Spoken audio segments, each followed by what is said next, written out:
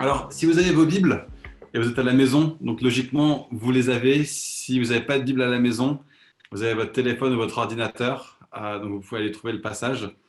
Je vais vous inviter à prendre, à ce qu'on prenne ensemble Jean 8 à partir du verset 12.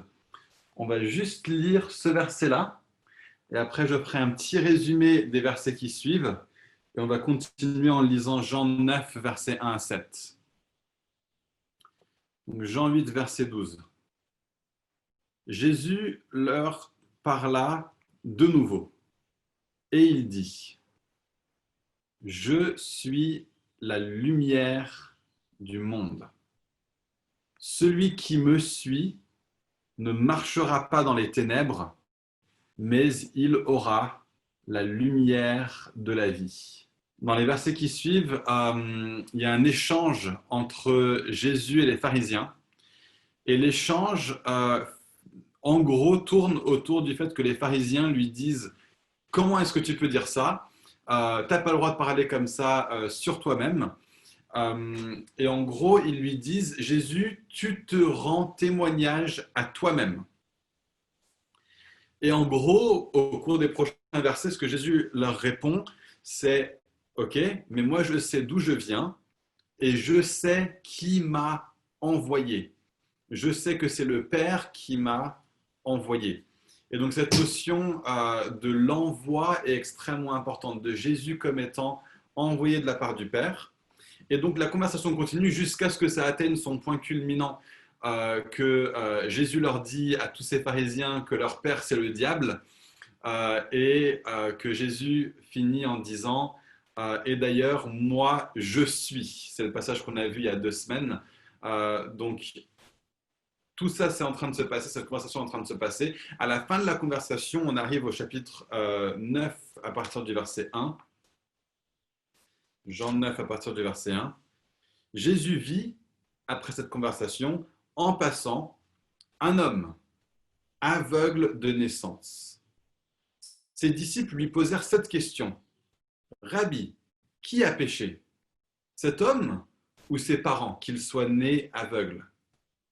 Jésus répondit: Ce n'est pas que lui ou ses parents aient péché, mais c'est afin que les œuvres de Dieu soient manifestées en lui. Il faut que je fasse, tandis qu'il est jour, les œuvres de celui qui m'a envoyé. La nuit vient où personne ne peut travailler. Pendant que je suis dans le monde, je suis la lumière du monde.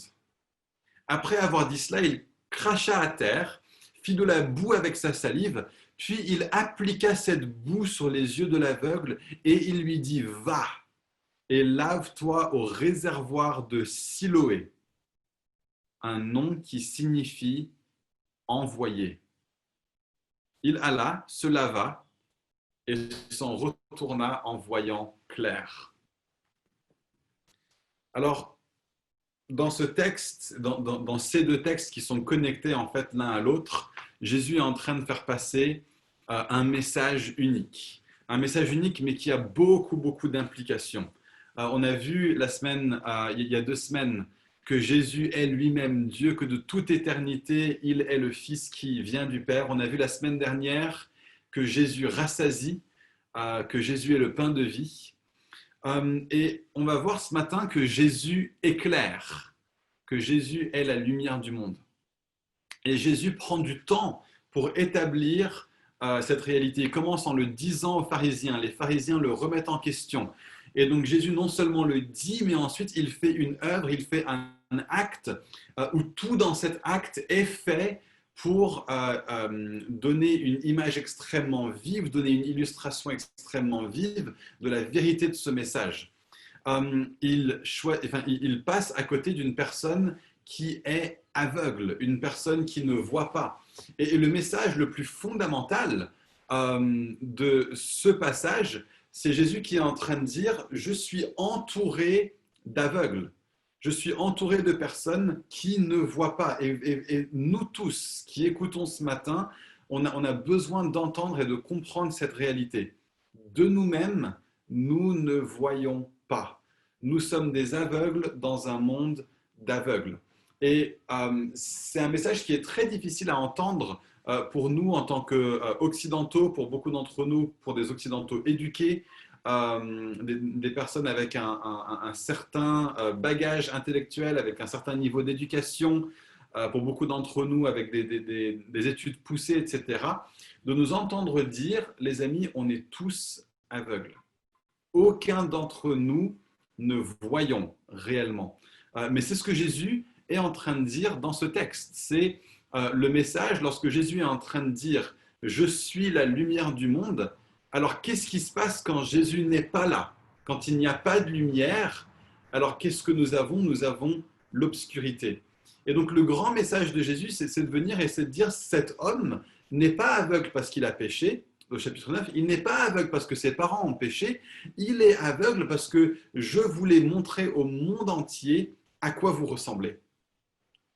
Cet homme est une illustration de chaque membre de la race humaine. Nous sommes tous aveugles. Aucun d'entre nous ne voyons comme nous devons voir. Et alors qu'on cherche à définir par nous-mêmes et qu'on cherche à trouver par nous-mêmes, voilà à quoi ressemble le monde, on est simplement comme des aveugles qui cherchent à décrire correctement un monde qu'ils n'ont jamais vu de leurs propres yeux.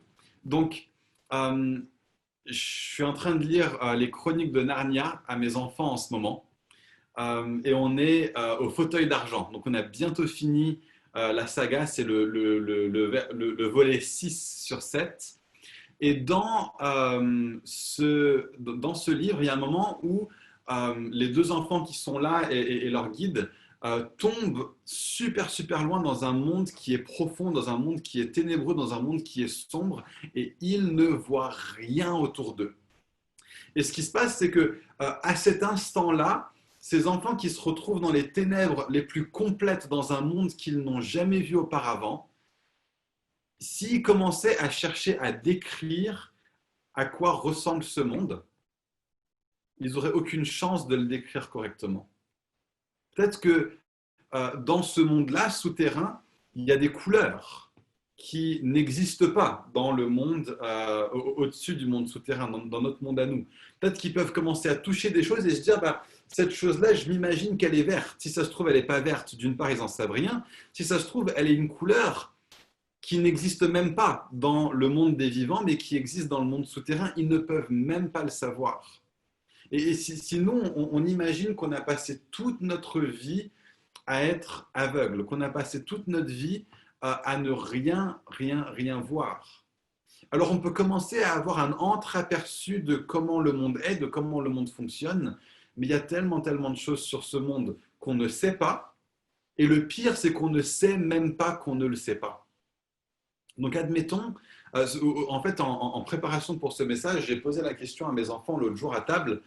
Les enfants, imaginez que aucun d'entre vous n'ait jamais pu voir quoi que ce soit. Imaginez que vous tous êtes nés aveugles. Qu'est-ce que vous sauriez sur le monde? Et la réalité, c'est que et qu'est-ce qui se passerait dans votre vie? Donc il y en a un d'entre eux qui a dit bah, on n'arrêterait pas de se cogner. Je dis ouais, il y en a un qui n'arrêterait pas de se cogner. Il y en a un autre qui a dit on ne saurait pas à quoi ressemblent les choses. Et on a développé cette idée, on ne saurait pas à quoi ressemblent les choses. Pourquoi? Parce que tout ce qu'on pourrait faire, c'est les toucher. On aurait un entreaperçu, mais on ne saurait pas fondamentalement ce que c'est. Et il y en a un d'entre eux qui a dit on ne saurait pas de quelle couleur sont les choses. Et là, je me suis dit, et si on poussait la chose plus loin?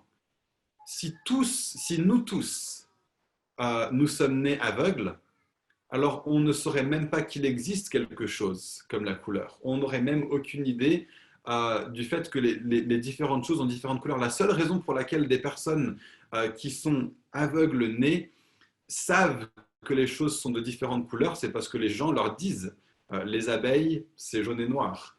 Le logo sur le pull de Kevin est rouge. Et le piano dans cette pièce est marron. Mais si personne ne sait, si tout le monde a été aveugle, alors personne ne sait même que le monde existe en différentes couleurs. Donc il y a tout un ensemble de dimensions de choses par rapport à ce monde, tout un ensemble de dimensions de choses par rapport à notre existence que nous ne pouvons pas savoir en dehors de Jésus qui est la lumière du monde. Et lorsque Jésus vient et qu'il parle et qu'il donne un éclairage sur comment sont les choses, pour la première fois, on peut commencer à le savoir. Et on vit dans un monde aujourd'hui qui est vachement intéressant parce que pendant des siècles et des siècles et des siècles, notre société a été éclairée par Jésus d'une façon ou d'une autre. Un grand nombre de personnes avaient la vie de Jésus dans leur cœur. Un grand nombre de personnes dans nos pays connaissaient Jésus d'une façon ou d'une autre, avaient une relation avec lui d'une façon ou d'une autre, étaient éclairées par sa parole d'une façon ou d'une autre. Et ces personnes-là ont interprété le monde et ont donné une vision du monde qui correspond à la lumière qui est là. Donc plutôt que d'être un monde d'aveugles, c'était un monde où beaucoup de personnes étaient aveugles, mais il y avait au moins quelques personnes qui avaient la lumière de Jésus et qui pouvaient voir et qui pouvaient donner une interprétation du monde aux autres personnes. Attention par là, il y a un poteau. Attention par là, il y a un fossé. Telle et telle chose est rouge. D'ailleurs, le rouge existe et puis voilà à quoi il ressemble. Et donc, on vit dans une société qui, encore aujourd'hui, a un petit peu du résidu du fait que des personnes ont la lumière de Dieu dans leur cœur. Mais plus ça va et plus notre société se déchristianise, plus on aura de personnes qui naissent aveugles et moins on aura une proportion de personnes suffisamment grande pour pouvoir faire connaître au monde voilà comment est le monde, voilà comment est Dieu, voilà comment sont les humains et voilà comment les choses fonctionnent selon Dieu. Et on va vers un monde où l'aveuglement est de plus en plus la norme. Et donc la conscience collective de comment le monde fonctionne et de comment les relations fonctionnent au mieux vont vers du moins en moins bon. On a parfois l'impression que notre monde ne se détériore pas si vite que ça et on se dit finalement, est-ce que c'est si grave que ça qu'on a perdu Dieu dans notre société? La réalité, c'est que la connaissance de comment le monde fonctionne vient du fait qu'on a été une société où pendant longtemps, on a connu Dieu et la lumière a été là. Et qu'aujourd'hui encore, dans ce monde, il y a des personnes qui laissent Jésus éclairer leur vie. Et donc, ce qui nous échoit en tant que croyants, c'est de chercher à pleinement puiser notre vision du monde en Jésus. Et de nous résoudre à vraiment savoir que ce que les gens me disent en dehors de la connaissance de Jésus n'est que ténèbres. Si les gens nous tiennent un message, nous tiennent un discours qui est autre que le message et le discours qui correspond à la vérité donnée par Jésus, alors ces personnes sont en train de parler depuis une position de ténèbres et en train de nous communiquer une soi-disant vérité qui correspond en fait à un aveuglement sur Dieu, sur le monde et sur tout le reste. Et donc le fait que Jésus est la lumière du monde a un profond impact sur notre vision de la vérité. Je ne vais pas en dire beaucoup plus là-dessus parce qu'on a tout un message entier qui va être donné sur le fait que Jésus est la vérité, c'est lui-même qui l'a dit dans Jean 14, verset 6. Mais je veux simplement donner quelques petites pensées par rapport à cette réalité que nous ne pouvons pas savoir comment le monde est, comment Dieu est, comment est l'humanité, comment les relations devraient fonctionner. En gros, nous ne pouvons pas savoir les choses correctement en dehors de l'éclairage donné par Dieu. Il y a le psaume 36, verset 10, qui dit ça. C'est un verset qui m'a fait halluciner quand j'ai cherché à comprendre ce qu'il était en train de dire. Psaume 36, verset 10. « C'est auprès de toi qu'est la source de la vie, et c'est par ta lumière que nous voyons la lumière. » C'est quand même dingue ce texte. C'est par ta lumière que nous voyons la lumière. Qu'est-ce que ça veut dire? Ça veut dire que même les choses lumineuses de ce monde, même les choses qui semblent claires et limpides, nous ne les verrions pas ou nous ne les verrions pas correctement si Dieu ne faisait pas briller sa lumière sur cette réalité. Et le psaume 139 dit concernant Dieu, même les ténèbres sont lumière pour toi. Ça veut dire que pour nous les humains, sans la lumière de Dieu, même ce qui est lumière est ténèbres. Pour nous les humains, psaume 36, verset 10, Ce n'est que par la lumière de Dieu que nous voyons même la lumière, même les choses lumineuses. Donc même les choses claires, si on n'a pas la lumière de Dieu, en tant qu'humain, on ne les voit pas.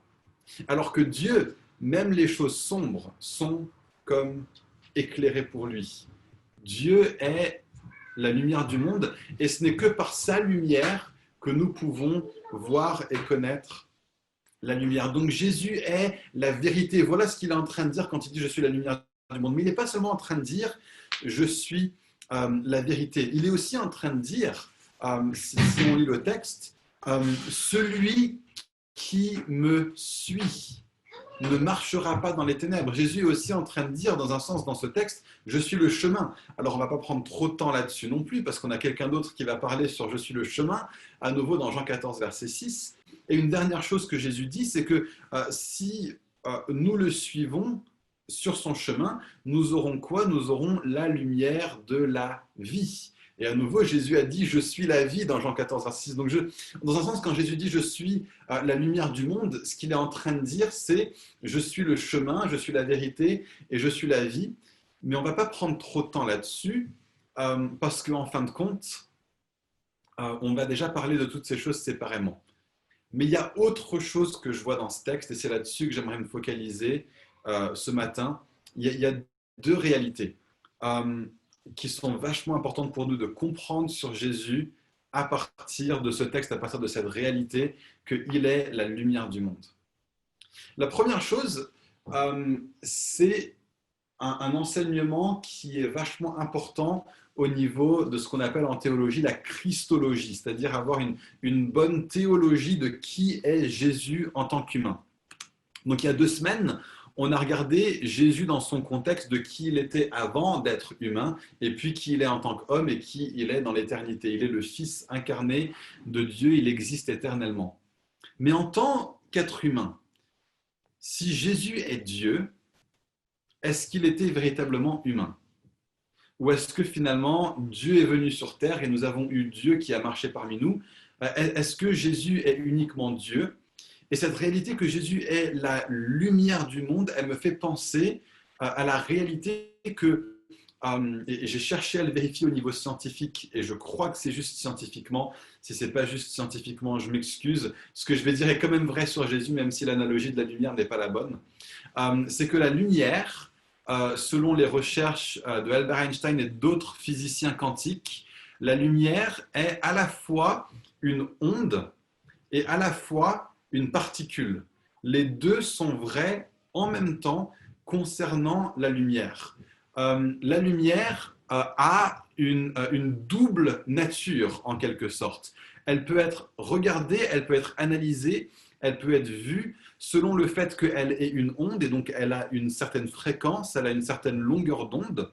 Mais la lumière n'est pas qu'une onde, elle a aussi une sorte de réalité matérielle plus tangible. Elle est faite de photons, elle est faite de particules. Et donc la lumière est à la fois particule et elle est à la fois onde.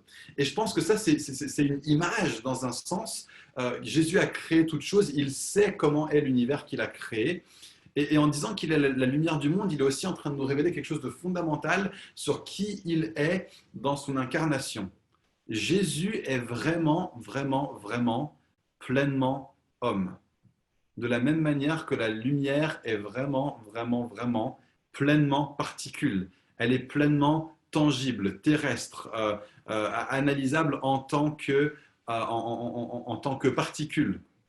Et donc, il est comme ça. Et donc, Jésus, en venant sur terre, a été pleinement soumis aux lois de la nature. Il était soumis à la force gravitationnelle, il était soumis au fait que si une caillasse entrait dans ses sandales, il aurait mal aux pieds. Il était pleinement soumis à la réalité que lorsque quelqu'un lui fait quelque chose de mauvais, ça l'affecte. Jésus a pleuré en tant qu'être humain. Il est pleinement soumis au fait qu'il avait besoin de nourriture pour manger, même s'il dit que ma nourriture, c'est de faire la volonté de mon Père. Jésus soutenait son corps à travers la nourriture. Il a pris 40 jours de jeûne et pas un jour de plus, parce que c'est 40 jours de jeûne qui sont possibles pour un être humain. Jésus s'est soumis à toutes ces choses Et donc, il est pleinement, pleinement dans notre réalité matérielle et tangible. Mais de la même manière, Jésus est à la fois entièrement Dieu. Il est l'un et il est l'autre de façon absolue et totale. De la même façon qu'une onde peut se déplacer d'une manière qui ne correspond pas à la réalité, on va dire, d'un corps terrestre. De cette même manière, on a cette réalité qui est là du fait que Jésus est entièrement homme et entièrement Dieu de la même façon. On a déjà vu l'importance de pourquoi, du fait que Jésus est Dieu. Mais on a aussi cette même réalité, cette importance qu'il faut qu'on regarde ce matin du fait que Jésus est pleinement et entièrement homme. Il est un être humain. Il est venu en tant qu'homme sur la terre. Et euh, l'auteur de l'Épître aux Hébreux nous parle de Jésus qui est venu en tant qu'homme et qui nous dit il est venu en tant qu'être humain.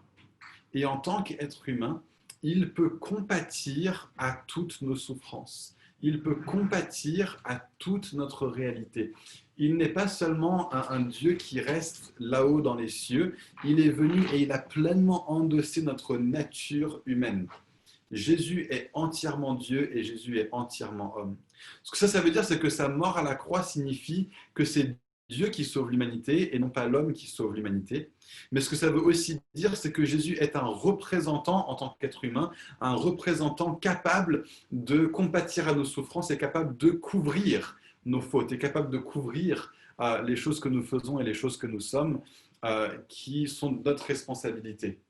Jésus est venu pour être un grand prêtre, quelqu'un qui parle en notre place en faveur de Dieu. Et donc en étant pleinement Dieu et pleinement homme, Jésus crée un pont entre l'humanité et Dieu qui ne pouvait être créé par qui que ce soit d'autre. Et il n'y a aucune autre vision de Dieu, il n'y a aucune autre religion qui nous conduise à pouvoir avoir une relation qui est restaurée avec Dieu, parce que en Jésus, Dieu lui-même, en restant Dieu, est pleinement devenu homme.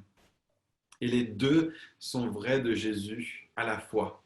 Il est une personne qui est à la fois Dieu et qui est à la fois homme. Il n'est pas 50-50. Il est entièrement Dieu et il est entièrement homme. De façon, sur des plans, on va dire sans doute différents, mais on ne peut pas dire que Jésus était a fait les choses qu'il a fait parce qu'il était Dieu. Les choses qu'il a fait, il les a fait aussi pleinement en tant qu'humain. Ça, c'est vachement profond et c'est vachement important pour nous de le comprendre, parce que ça veut dire que pour nous aussi, qui sommes pleinement humains, dans la mesure où on est rempli du Saint-Esprit, nous pouvons faire toutes les choses que Jésus a faites. Pas parce que Jésus s'est dépouillé de sa divinité. C'est pas ça. Ça, c'est une fausse théologie. Il y a des gens qui enseignent ça. On appelle ça du kénotisme, que Jésus s'est dépouillé de sa divinité. Non, non, il est pleinement Dieu. Mais les choses qu'il a faites, il les a faites en se reposant sur son humanité. Donc le fait que Jésus n'ait jamais péché, on peut se dire, ouais, mais attends, c'est facile pour lui, il était pleinement Dieu. Oui, mais il a été sans péché dans le contexte unique du fait qu'il était pleinement homme. Il ne s'est reposé que sur son humanité et pas sur sa divinité pour ne jamais pécher. Les miracles qu'il a accomplis, il les a accomplis en tant qu'homme rempli de la puissance du Saint-Esprit. Et il aurait pu les faire bien sûr en tant que Dieu, mais c'est en tant qu'homme qu'il l'a fait. Jésus aurait pu à n'importe quel moment se détacher de sa croix en tant que Dieu, mais il est resté sur la croix et il a enduré la souffrance, oui, pleinement en tant que Dieu, mais c'était en se reposant sur son humanité que Jésus a accompli toutes ces choses.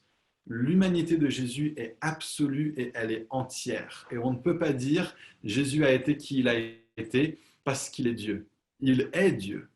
Et il vient et il nous révèle qui est Dieu à travers qui il est, mais il est beaucoup plus que ça. Il est aussi pleinement homme. Il est 100% les deux en même temps. Voilà qui est Jésus. Et tout enseignement qui viendrait pour enseigner autre chose que ça, que Jésus est seulement Dieu, qui est venu sur terre sous forme humaine seulement, il n'est pas venu seulement sous forme humaine, il est vraiment, vraiment venu en tant qu'homme, pleinement homme. Ou ceux qui diraient que Jésus est un humain mais qui n'est pas pleinement Dieu, qui a juste certains attributs de Dieu ou qui est comme Dieu, à nouveau, c'est un faux enseignement. Le christianisme historique a toujours, toujours, toujours affirmé la double nature de Christ. Il est pleinement homme et pleinement Dieu, les deux en même temps. De la même manière que la lumière est pleinement onde et pleinement particule, les deux en même temps. Mais il y a autre chose que ce texte nous révèle. Quand Jésus dit « Je suis la lumière du monde », il est en train de venir et il est en train de nous dire « Je suis le centre et l'accomplissement de toutes les promesses de Dieu. » Qu'est-ce qui me fait dire ça? Qu'est-ce qu'un auditeur juif versé dans les Écritures au 1er siècle après Jésus-Christ aurait entendu quand Jésus prononce ces paroles? Je suis la lumière du monde. Je pense qu'il aurait tout de suite eu en tête Ésaïe, et la fin de Ésaïe particulièrement. Donc, on va lire Ésaïe 42. Là, si j'arrive à le récupérer. Ésaïe 42, verset 6. C'est Dieu qui parle et il parle concernant le Messie. Moi, l'Éternel, je t'ai appelé pour le salut et je te prendrai par la main. Je te garderai et je t'établirai pour traiter alliance avec le peuple, pour être la lumière des nations. Voilà ce que Dieu est en train de dire concernant l'identité du Messie. Toutes les promesses de Dieu dans l'Ancien Testament se centrent sur ce Messie et Jésus est en train de venir et il est en train de dire « Je suis ce Messie ». Et ce n'est pas seulement moi qui fais cette connexion. Si on lit Luc, chapitre 2, verset 32, Luc est en train de citer ce texte-là par rapport à Jésus au moment de son incarnation, au moment du début de la vie de Jésus. Et donc, on a Siméon qui fait une prière. Et il prie concernant Jésus, et il dit, ce Jésus va être une lumière pour éclairer les nations et la gloire d'Israël, son peuple. Ce premier texte, Ésaïe 49, verset 6, dit que il vient pour être la lumière de toutes les nations, mais avec un accent et une concentration particulière dans un premier temps sur le peuple historique de Dieu, la nation juive, le peuple d'Israël.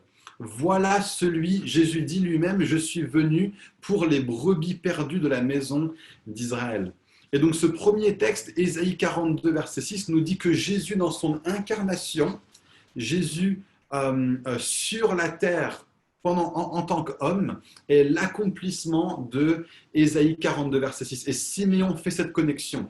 Il dit, oui, tu viens pour être le Messie du peuple de mon alliance, ce qui à l'époque était le peuple juif, et cette alliance a été répandue à toutes les nations à travers le peuple juif et à travers Jésus qui est le juif parfait selon les Écritures. Il est l'Israël parfait et cet Israël est répandu aussi et est rendu accessible à tous ceux d'entre nous qui sommes issus des autres nations à travers Jésus. Et donc ce premier texte, Ésaïe 42, verset 6, est en train de dire que Jésus dans son incarnation, Jésus en tant qu'homme, de l'an -4 jusqu'à l'an 30 après Jésus-Christ, est véritablement le centre des promesses de Dieu, et c'est Luc 2, verset 32 qui le confirme. Mais c'est plus que ça. Lisez avec moi quelques chapitres plus tard, Ésaïe 49, verset 6. Ésaïe 49, verset 6. Il dit, c'est Dieu qui dit, concernant à nouveau encore le Messie, c'est trop peu de choses que tu sois mon serviteur pour relever les tribus de Jacob et pour ramener les restes d'Israël. Je t'établis pour être la lumière des nations, pour porter mon salut jusqu'aux extrémités de la terre. Là, ce passage-là, dans Ésaïe 49, verset 6, est en train de parler du ministère de Jésus après sa crucifixion, après sa résurrection et pendant l'ère de son ascension, c'est-à-dire maintenant.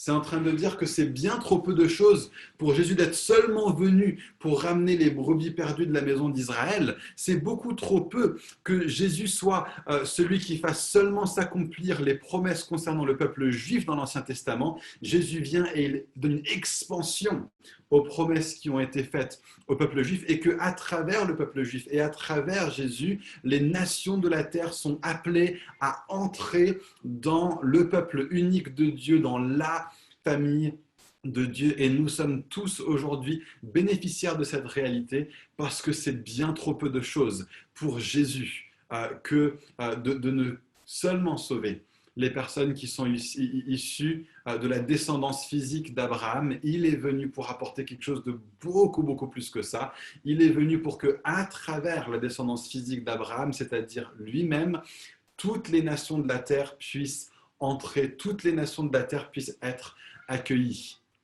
Nous vivons aujourd'hui dans l'ère de la réalité de ce passage et on va revenir dessus parce que c'est là-dessus que j'aimerais finir mon message, mais j'aimerais juste dire, c'est pas que moi qui fais cette connexion par rapport au fait que Jésus et son corps, c'est-à-dire l'Église, est l'accomplissement de ce texte. Dans Acte 13, verset 47, les disciples eux-mêmes font cette connexion. Regardez, Acte 13, verset 47, c'est Paul et Barnabas qui parlent. Et ils disent, car ainsi nous l'a ordonné le Seigneur. Maintenant, ce n'est pas Jésus qui parle, c'est des apôtres qui sont en train de parler. Ils disent, ainsi le Seigneur nous l'a ordonné à nous aussi, parce que nous sommes le corps de Jésus. Je t'ai établi pour être la lumière des nations, pour porter le salut jusqu'aux extrémités de la terre. Quand Jésus dit « Je suis la lumière du monde », et on va finir là-dessus après avoir juste donné un dernier petit truc, Jésus vient en disant « Je suis la lumière du monde », mais dans un autre passage, Jésus vient et il dit « Vous êtes la lumière du monde ». Et c'est là-dessus qu'on va finir aujourd'hui, alors qu'on regarde les promesses de Dieu pour l'histoire. Le dernier passage d'Ésaïe que les gens auront en tête quand Jésus est en train de dire « Je suis la lumière du monde », c'est Ésaïe 60, verset 3. Ésaïe 60, verset 3. Des nations marcheront à ta lumière. Ça parle encore du Messie. Des nations marcheront à ta lumière et des rois marchent à la clarté de tes rayons. Ce texte parle du fait que Jésus est l'accomplissement des promesses de Dieu, non pas seulement dans son incarnation, non pas seulement dans son ascension, c'est-à-dire comment il est maintenant, mais ce sera aussi le cas dans sa glorification future, dans le fait que Jésus, pour toute éternité, sera celui qui est la pleine et la parfaite lumière de la nation éternelle que Dieu prépare, alors que les cieux descendront pour venir pleinement sur la terre lorsque Jésus revient pour établir son règne à la fin des temps, à la consommation de toutes choses. Et à nouveau, ce n'est pas moi qui fais cette connexion, c'est Apocalypse 21, verset 24 qui fait cette connexion. Regardez, à partir du verset 22, on parle de la description de la nouvelle Jérusalem, de la Jérusalem céleste qui vient, qui descend sur terre et qui établit le plein royaume de Dieu à la fin des temps. Il dit « Je ne vis point de temple dans la ville, car le Seigneur, Dieu Tout-Puissant, est son temple, ainsi que l'agneau. Et la ville n'a pas besoin ni du soleil, ni de la lune pour l'éclairer, car, écoutez, la gloire de Dieu l'éclaire. Et l'agneau est son flambeau. Il est la lumière du monde nouveau à venir que Dieu est en train de préparer. Verset 24, les nations marcheront à sa lumière et les rois de la terre y apporteront leur gloire. Quand Jésus dit « Je suis la lumière du monde », il est en train de dire « Vous avez entendu Ésaïe. Ésaïe parle de qui je suis maintenant. Et je suis le Messie, je suis l'accomplissement des promesses de Dieu. Vous avez entendu Ésaïe, et je suis celui qui va être celui à travers lequel toutes les nations de la terre pourront devenir partie du peuple de Dieu.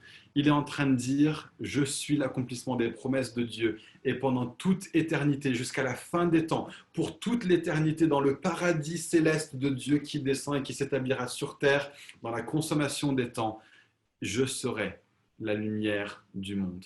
Je serai la lumière des nations. Je suis le plein accomplissement des promesses de Dieu. Donc on voit quand Jésus dit « Je suis la lumière du monde », il dit qu'il est le centre des promesses de Dieu en tant que Jésus terrestre. Il est le plein accomplissement des promesses de Dieu en tant que Jésus maintenant, en 2020.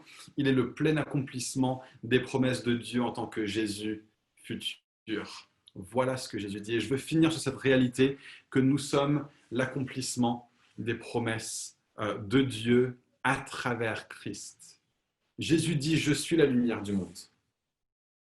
Mais il nous dit aussi « Vous êtes la lumière du monde ». Ça, c'est dans Matthieu 5, verset 14. « Vous êtes, vous tous qui écoutez, Église Fireplace, mes frères et sœurs, vous êtes la lumière du monde. Une ville située sur une montagne ne peut pas être cachée et on n'allume pas non plus une lampe pour la mettre sous un seau, mais on la met sur son support et elle éclaire tous ceux qui sont dans la maison.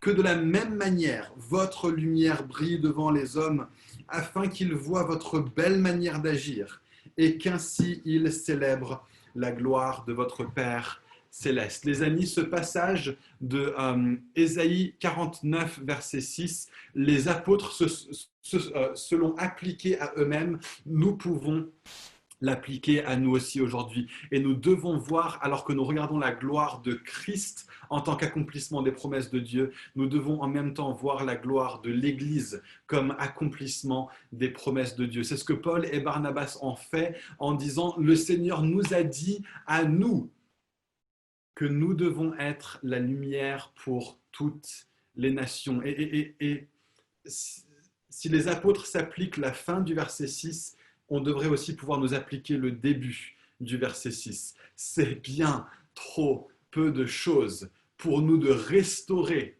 la maison d'Israël, pour nous de ramener les tribus de Jacob. Je pense qu'on peut voir en ça aujourd'hui aussi, de la même manière que Jésus disait, voilà le peuple de Dieu à quoi il ressemble aujourd'hui, ça doit aller beaucoup plus loin.